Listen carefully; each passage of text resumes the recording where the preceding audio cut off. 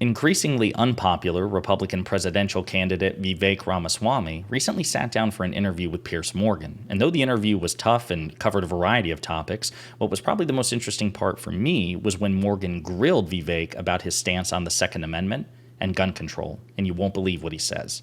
But before we unpack all that, if you haven't yet, please hit that like, subscribe, and the alert bell. All right, folks, I've got a relatively long clip to play here, but it's fascinating to me because it comes the closest, I think, to a disturbingly honest perspective on the Second Amendment and its impact on the lives of fellow Americans, okay? And I'll also say that you should watch the interview in its entirety. I know you and I probably disagree with most of Piers Morgan's politics, and rightly so, but he is an excellent interviewer, and there are a wide array of topics that are covered here. And I'll also point out for context that this particular segment and this particular interview comes in the aftermath of the Lewiston, Maine mass shootings, which killed 18 people and injured 13 others. And lastly, I'll point out that the United States has had more than 560 mass shootings so far in 2023. So keep that in mind. Now, without further ado, here is Piers Morgan and Vivek Ramaswamy talking about the situation. They reference Lewiston, Maine directly right before this clip begins. And Piers Morgan's essentially asking him, what's your stance on the Second Amendment and gun control?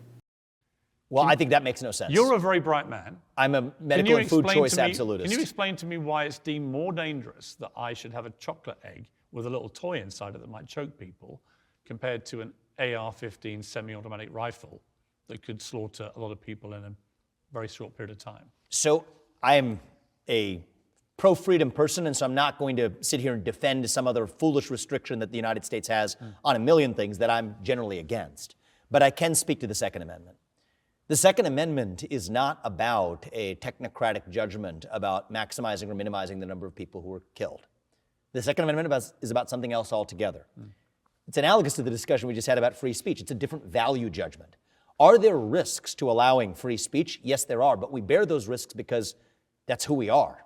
That we trade that risk off to say that's how we preserve freedom when it comes to the First Amendment. The Second Amendment makes a similar value judgment. The purpose of the Second Amendment actually wasn't to allow people to have the freedom to hunt. That's not what it's about. It was about repelling and keeping a foreign, in that case, started British monarchy at bay. It's like mutually assured destruction in the Cold War. Both sides have nuclear weapons. Well, that's how you assure a stable peace. It's a mutually assured destruction relationship between the citizens and their government, between the governed and their government. Right. That's what this is about. And so why is the United States of America still, for all of our imperfections, 250 years into this ballgame, still the place that when you open the borders, as sadly one administration has, people don't go running out, but they come running in? Why is it the country that still gives hope to the free world? One of the reasons why is the Bill of Rights. And the Second Amendment is the one amendment that gives teeth to all of the other amendments in that Bill of Rights. So that's a value judgment we make. The Second Amendment was not written with the question of what minimizes the number of deaths. No, those are other policies. It was that you could. So this clip was so fascinating to me. It really was, because it was it was cold and disturbing, but the closest thing to the most honest defense of the Second Amendment that I've heard from a Republican. And yet it was still replete with lies and half-truths. So we're going to address that. But before we do that, I do want to point out, I said in the intro that Vivek Ramaswamy is increasingly unpopular, and I just want to make the point that he indeed is. He's slipping in the polls. The growing unlikability of the tech tyro is evident in polls from two early states that have seen a lot of the candidates. In Iowa, the authoritative Iowa poll from Ann Seltzer shows Ramaswamy's favorability ratio deteriorating from 38% to 20% in August to 43%/37% in October. To know him better is not to love him more, it seems. And putting the matter in a slightly different way, a new CNN survey of South Carolina shows that 60% of likely primary voters have ruled out considering Ramaswamy, not far from the 71% who wouldn't think of voting for Chris Christie, okay? So it's not looking good for Vivek Ramaswamy. Now, with respect to the Second Amendment, the other thing I want to point out, and I've had to point this out a lot, I used to do it all the time when I was more active on TikTok. The Second Amendment, like most rights, is not absolute. Any gun enthusiast or gun fetishist or conservative who suggests to you that the Constitution affords you an absolute right to own a firearm is simply not true. In the 2008 Heller decision, the conservative Justice Antonin Scalia, who wrote the Heller decision, which basically codified the Second Amendment as a personal right for the first time to all American citizens, even he says, like most rights, the Second Amendment right is not unlimited. The government does indeed have a vested interest and indeed is empowered to put reasonable restrictions on the Second Amendment. Then, of course, you ask, what is a reasonable restriction? And that is when it is subject to debate and policy. But the principle of the idea, does the government have a right to restrict your ability to own a firearm? Yes. Every iteration of the Supreme Court, even the most conservative, has said as much. It is a fact. It's not a matter of opinion. If you say it is, you're simply wrong. Now, the other thing I'll point out is Vivek also essentially makes the claim that the Second Amendment was enshrined basically to enable U.S. citizens to engage in rebellion against a government, right? It's basically to deter the government. It's a means to overthrow the government. It's called the insurrectionary theory of the Second Amendment. We hear it all the time from conservatives. It's simply not true. And if you don't believe me, take it from constitutional scholar and attorney Jamie Raskin, who debunks it in about 2 minutes. You need to hear this. Now, amazingly, in the wake of this savage insurrectionary attack against our government, the NRA and its followers in Congress continue to propound the idea that the Constitution, specifically the Second Amendment, gives people a right to violently attack and overthrow the government of the United States. This so-called insurrectionary theory of the Second Amendment maintains that its purpose is to allow citizens to wage armed resistance if they think the government is being unfair or unjust. The reading is absurd and flies in the face of the plain text of the Constitution, which in at least 7 different places that I count clearly forbids and punishes armed resistance against the U.S. government. A few examples. The Republican Guarantee Clause, Article 4, Section 4, provides the U.S. shall guarantee to every state in this union a Republican form of government and shall protect each of them against invasion and against domestic violence. This was written in the Constitution specifically in response to Shays' rebellion and armed resistance to the government, which the founders strongly condemned. The Treason Clause, Article 3, Section 3, Clause 1, states, treason against the United States shall consist only in levying war against them or in adhering to their enemies. What is violent insurrection against the government if not levying war against the United States? Section 3 of the 14th Amendment says, anyone who is sworn an oath under the Constitution to defend it and support it, but betrays it by engaging in insurrection, shall never be allowed to hold federal or state office again. And one more example, Article 1, Section 8, Clause 15 says, Congress shall have the power to provide for calling forth the militia to execute the laws of the Union, suppress insurrections, and repel invasions. Now, do our colleagues really believe that the Constitution explicitly and repeatedly gives the government the power to suppress violent insurrections, but the Second Amendment in invisible ink gives the people the right to engage in violent insurrections? This is absurd and outlandish. Indeed, it is absurd and outlandish. There's no constitutional basis for it. Now, conservatives are free to make the argument that citizens have the moral right, or the natural right, if you believe in such things, to overthrow the government if it becomes tyrannical. That's how the United States was born. You can make that a moral argument, but you do not have a constitutional right, which is what the Second Amendment is. It's enshrined in the Constitution. The Constitution, nor specifically the Second Amendment, gives any American the right to have a firearm to overthrow the government. He's simply wrong. Now, the other thing I want to point out in his answer, which I'm not going to play the clip because it's too long and we'll be here for another 30 minutes, Vivek blames mental health, like many Republicans do in the aftermath of mass shootings. That's their latest buzzword or buzz phrase: mental health, mental health, mental health. And he does it in this interview too.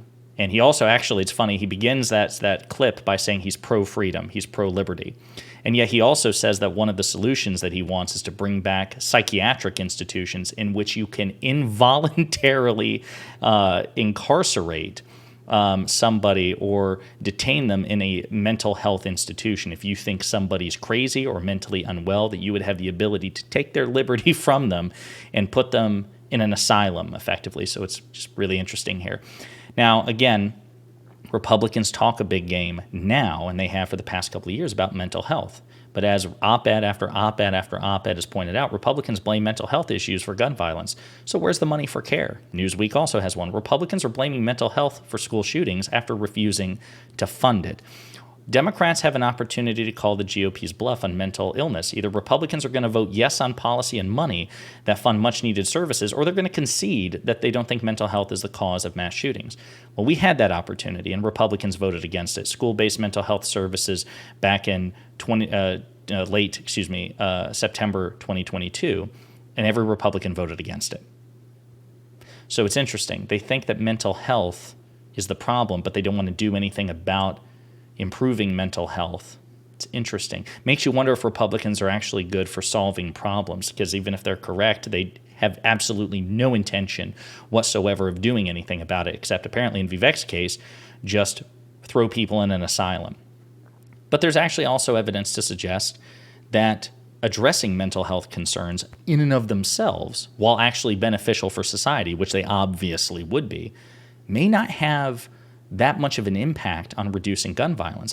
Researchers said the problem that separates mental health issues, the mental health crisis in this country, is a separate problem from mass shootings. Many of those who spoke to Advance pointed to studies that report about 96% of gun violence incidents in the U.S. are caused by factors other than mental illness. As one of the experts cited says, as a psychiatrist, I say I'm a traitor to my people if I cast aspersions on people who want to fund mental health. Please do. But it's unlikely to have an effect on mass shootings, says Dr. Amy Barnhorst, Associate Director for the California Firearm Violence Research Center at the University of California, Davis, blah, blah, blah. So there you have it. We do have a mental health issue crisis in this country, and it should be addressed, but Republicans don't want to address it. In fact, they actively oppose legislative efforts to address it. And then even if it is addressed, there's actually little evidence to suggest that it will reduce the specific problem of gun violence, which also makes you wonder, are we alone in all the world as far as developed nations, or as any nation, with mental health issues? Is there something uniquely mentally unhealthy about the United States compared to the United Kingdom, or the European Union, the countries in the European Union, Canada, whatever else? It's interesting because Republicans used to be the party of American exceptionalism, the party of patriotism. We're so exceptional, we're so extraordinary. And yet they're implicitly suggesting that we are uniquely mentally unwell in a way that all these other countries aren't. And by the way, also the idea that the Second Amendment is necessary to preserve freedom. Well, the United Kingdom is free. France is free. Germany's free. Belgium is free. Canada's free. Nordic countries are free. They don't have the Second Amendment. What are you talking about?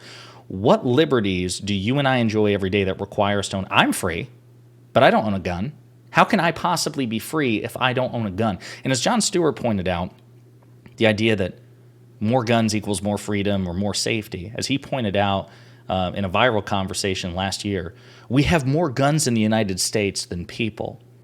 At what point does the number of guns make us safer? Like we have more than 560 mass shootings per year.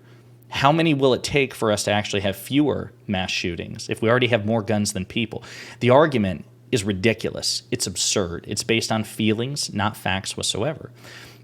But I'll conclude by saying this. What I found most interesting about Vivek Ramaswamy's stance on the Second Amendment, other than all the lies that he told, which are characteristic of the Republicans, was the fact that it was the closest anybody has ever come to basically saying that they value just the abstract right to own a gun over protecting children and civilians. Listen to what he said. It's not about a technocratic, decision to reduce killings. It's not about some arbitrary standard to reduce lives. The Second Amendment is not about protecting people or reducing deaths. There's a risk involved, he says. It's a different value judgment.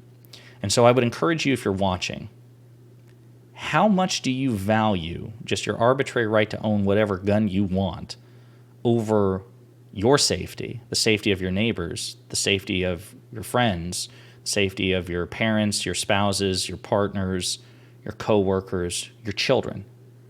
That's a big one, your children. And since we've already tried the route of more guns equals more safety equals more freedom, and it doesn't really seem to be producing results, perhaps we should consider doing what other countries do and applying certain restrictions on our right to own guns, which again, constitutionally, that's enshrined. The Constitution does allow for the right to limit your right to own a firearm. Maybe we should try that. We've tried it the other way. Maybe we should try it in a way that might produce a different result. Let me know what you think in the comments. And let me know what you think about Vivek's very cold, very blunt answer to the question about what does the Second Amendment mean to him and what does he think of gun control. Let me know what you think in the comments.